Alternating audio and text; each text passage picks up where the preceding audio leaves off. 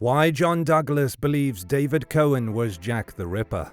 The Jack the Ripper homicides have cemented their status as the greatest murder mystery in the annals of criminal history. The murders occurred in 1888, when policing techniques were in their infancy and forensic knowledge was virtually non-existent. Since there was no documented confession and no official arrest, the identity of Jack the Ripper has remained a mystery for over 130 years. Jack the Ripper is regarded as the father of modern serial killers. It was the first documented instance of a serial killer in the United Kingdom, and at the time sparked mass hysteria in the public imagination and newspaper columns. Whitechapel's back alleys still bear the dark legacy of Jack the Ripper, who cast a shadow over the entire city of London. However, what type of character was he? What motivated his murderous spree?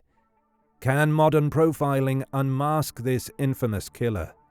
Is it possible to construct an accurate profile of Jack the Ripper using contemporary criminal profiling techniques and examples of other serial murderers studied over the past century? John Douglas has done this and has a suspect, David Cohen, who ticks most of the Ripper boxes.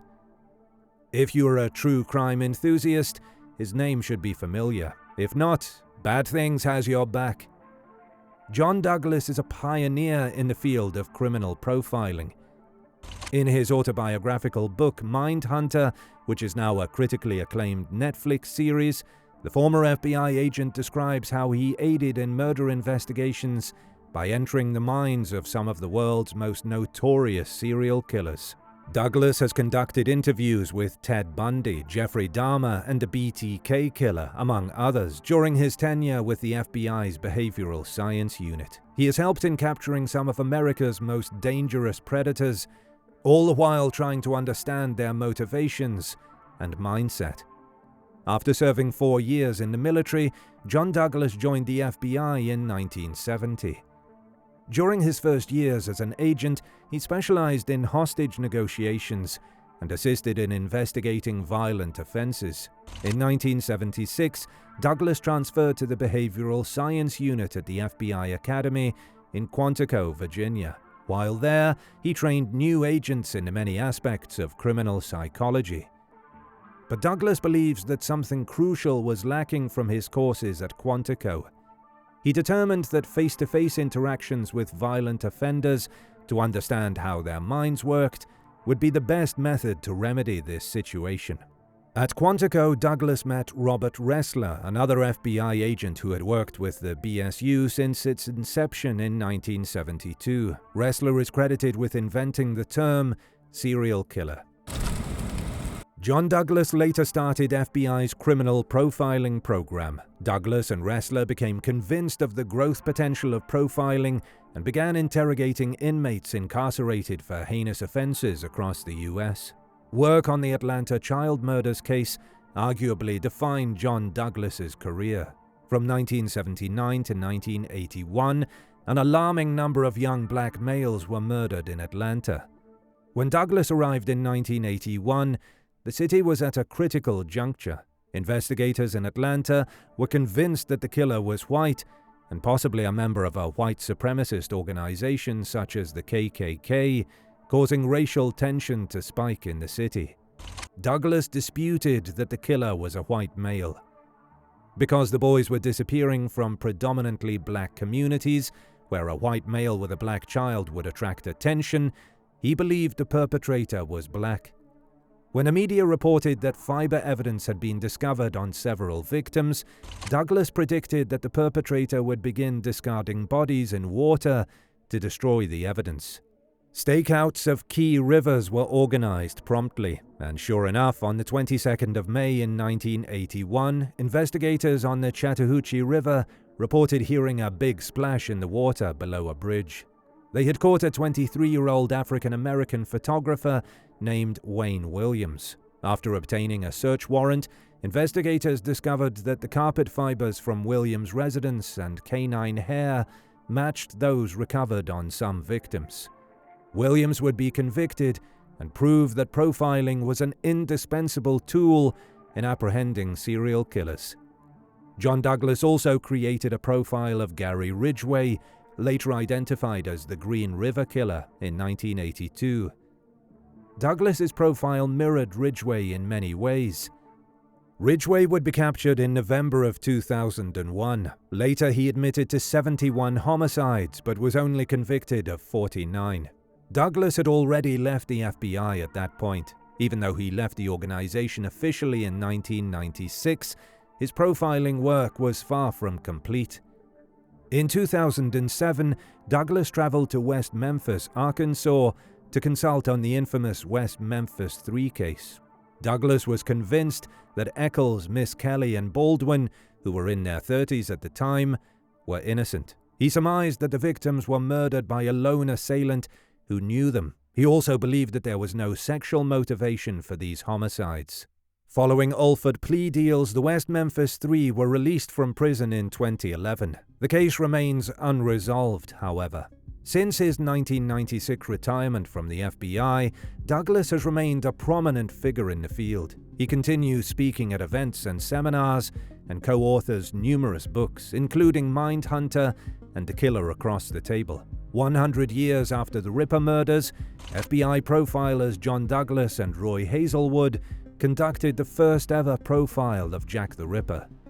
Using the original police reports and medical evidence, they compiled a list of 11 personality characteristics Jack the Ripper would have possessed. The Ripper would be a white male, between 25 and 35 years old, lived locally in the Whitechapel or Spitalfields area, a loner who was more than likely unmarried. He would have had an absent father and a dominant mother figure as a child. A mental or physical disability or deformity which made him feel different from others. A solitary job which kept him away from social encounters. Those who knew him saw him as quiet and timid, so he would be perceived as odd. Beneath the surface would lie deep and resentful aggression, which would explode during bouts of low self-esteem. He would not feel guilt or remorse for his crimes, and in a way, considered them justified. Douglas wrote, "We would look for someone below or above average height and or weight, may have problems with speech, a scarred complexion, physical illness or injury." How do these traits match Douglas's and others' suspicions of David Cohen? The Jack the Ripper case has generated many conspiracy theories over the years regarding his identity. There are at least 100 distinct theories on the identity of Jack the Ripper. In the 2001 film From Hell, a connection between the British royal family and the Freemasons is depicted as one of the most flamboyant. Indeed, almost all of the legends of Jack the Ripper are made up of myth and speculation. Douglas believes that Jack the Ripper was actually an impoverished, deranged Polish Jew named David Cohen, who was confined to the Colney Hatch Lunatic Asylum in December 1888. David Cohen is a pseudonym comparable to the John Doe of today because his real identity was never determined, or at the very least, never recorded. Cohen's Jack the Ripper tale begins in a chilly December when he is discovered wandering the streets while speaking only a little Yiddish. The police decided to take the purportedly bewildered individual to the Lemon station after finding him. Since he could not communicate, it was decided that he could not care for himself and must be taken to a parish warehouse. Cohen became violent as the officers neared their destination, and he was restrained to prevent injury to himself and the officers. Later that day, he was registered at the infirmary as David Cohen. Cohen's combative tendencies during his time at the infirmary led to his later transfer to Conley Hatch under restraint. His tenure at the asylum was exhausting because he was under continual surveillance. According to reports, he was prone to incoherent babbling, spat out his food while being force-fed, and ultimately required a strong dress to prevent him from ripping off his garments. It is believed that Cohen would have been diagnosed as a paranoid schizophrenic if he were alive today. In the fall of 1888, London physician Thomas Bond used autopsy results and crime scene evidence to make rudimentary but skillfully informed predictions about Jack the Ripper's personality, behavioral characteristics, and way of life, and they do in some respects line up with the profile Douglas compiled. Bond concluded in his written report after scrutinizing the available forensic evidence, including the corpses, that all 5 murders no doubt were committed by the same hand. The women must have been lying down when murdered, and in every case the throat was cut first. Bond stated that despite Jack the Ripper's extensive slashing and mutilation of his victims, the serial killer had no medical training or knowledge of anatomy. Bond's statement directly contradicted what law enforcement authorities had previously surmised about Jack the Ripper. He was either a physician or had medical training because he removed internal organs from some of his victims. Bond arrived at this conclusion after observing that the Ripper's gaping wounds were inconsistent with the training of a medical expert or even the technical knowledge of a butcher or horse slaughterer.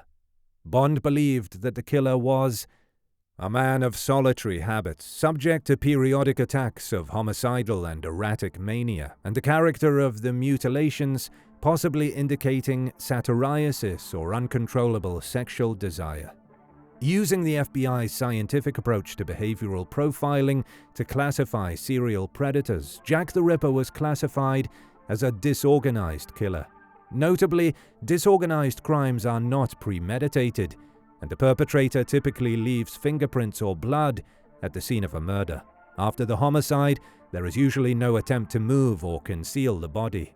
Frequently, disorganized criminals suffer from mental illnesses such as paranoid schizophrenia. In addition, they often lack communication and social skills, which causes them to live on the margins of society. Disorganized murderers often blitz their victims or seize and execute them with abrupt and overwhelming force. The victim's corpse is typically left at the scene of the attack, and the perpetrator makes no effort to conceal it. Jack the Ripper is a classic example of a disorganized serial killer in every respect.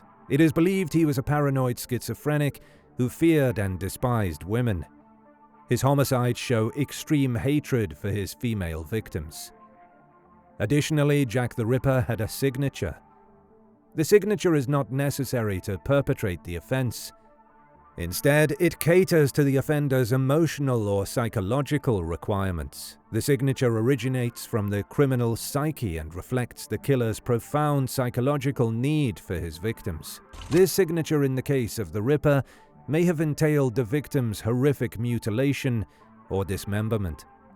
Jack the Ripper's homicides were distinguished by the extensive cutting and mutilation of his victims' corpses. Additionally, Jack the Ripper presented his victims' naked bodies with their thighs splayed apart to startle Victorian England's observers and police, a last act of degradation. David Cohen closely matches the behavioral and psychological profile of Jack the Ripper. Cohen was committed to the Colney Hatch Lunatic Asylum just weeks after Mary Kelly, the final victim of Jack the Ripper, was murdered. According to the asylum's official records, Cohen had homicidal tendencies and a great hatred of women. Cohen allegedly exhibited violent and destructive tendencies at the asylum and needed constant restraint. In addition, consistent with the characteristics of a disorganized killer, David Cohen was essentially uncommunicative.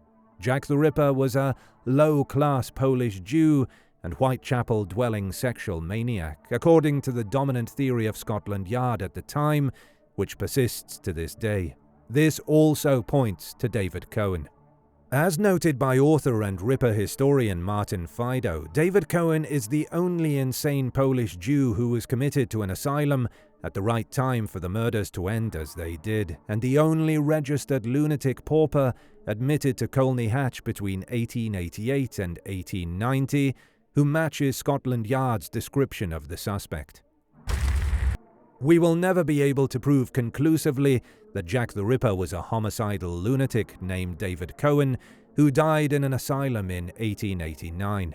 Still, there is circumstantial evidence that he was. Does the godfather of FBI profiling's profile on Jack the Ripper add up, and does it point to David Cohen? If you love our content and want to support the channel, feel free to check our webshop where you can find exclusive true crime merch brought to you by Bad Things.